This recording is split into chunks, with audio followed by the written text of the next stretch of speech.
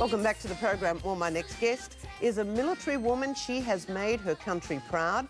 She's tracked militia leaders in the Solomons and boarded smuggler ships in the Arabian Gulf.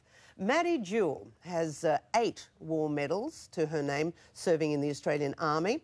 And as a woman, though, in the military world, she, quote, got caught in the crossfire. Matti Jewell joins me. Good morning, Matti. Thank you very much, Kerry-Anne. You've been a very dedicated, well-trained, hard-working female soldier. Your toughest deployment, you say, was in the Middle East in the peacekeeping forces. What happened?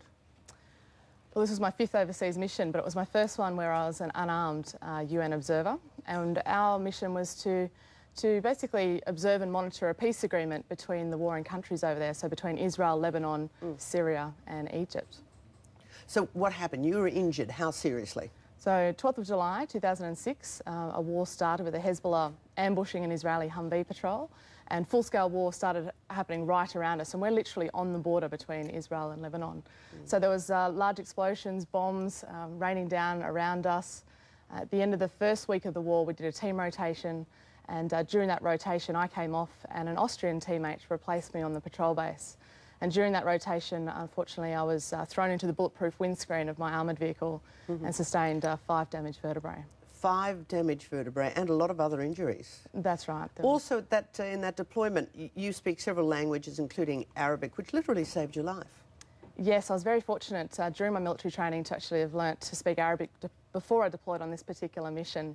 And you're right, those skills actually literally helped me get that convoy safely from Patrol Base Kerry-Anne into town because all the road networks had been bombed around us, and so the road network I was supposed to have taken was impassable, and with the mine threat you can't go off-road. Of course, but this is all your training. You've done all the stuff everybody does, abseiling out of choppers. You've done the serious hard yakka, but when you come home with 5 crushed vertebrae, a lot of other injuries, what happened? This is where some of the procedures fell down. I feel that the policies that it's between the Department of Defence and Department of Veterans Affairs, and unfortunately there is a gap there between those 2 government departments. OK, you're really not well. I mean, you've been in hospital. This is a serious situation. Why weren't you just automatically, in terms of your physical ailments, looked after under the Army supervision? So the Defence Force looked after my injuries, but once they determined that those injuries were going to prevent me from continuing my service in the military, then I was transferred under the Department of Veterans Affairs. But those injuries that I'd sustained on the battlefield weren't necessarily going to be covered under the Department of Veterans Affairs, and this is what I've been pushing. Out there by yourself? Yes, I found in my experience that I then had to hire a lawyer and push very hard to actually get that health cover that I needed and that I will continue to need for the rest of my life.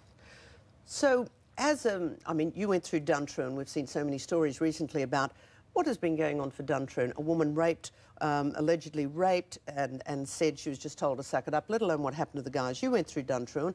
What is the culture in there like? I think both the Australian Defence Force Academy and Duntroon, where I've gone through both those institutions, it's a tough, challenging environment, and so it should be, because really at the end of the day we're asking young people to go and lead troops into battle. There was some issues when I was a cadet, and now this was back 15 years ago, and there was an investigation that went in, an inquiry that went in after I was there. So there were some issues, but from my experience, they were individuals and not an overall culture of those institutions. But all up, you literally went to war with the various bureaucratic departments, and you've done well. But I mean, it cost you emotionally a lot. After all that, so winning 8 medals, being in the Army, being a career military person, you can't follow that career anymore, and being severely injured, which will take you through to the rest of your life. Are you sorry you ever joined the Australian Army?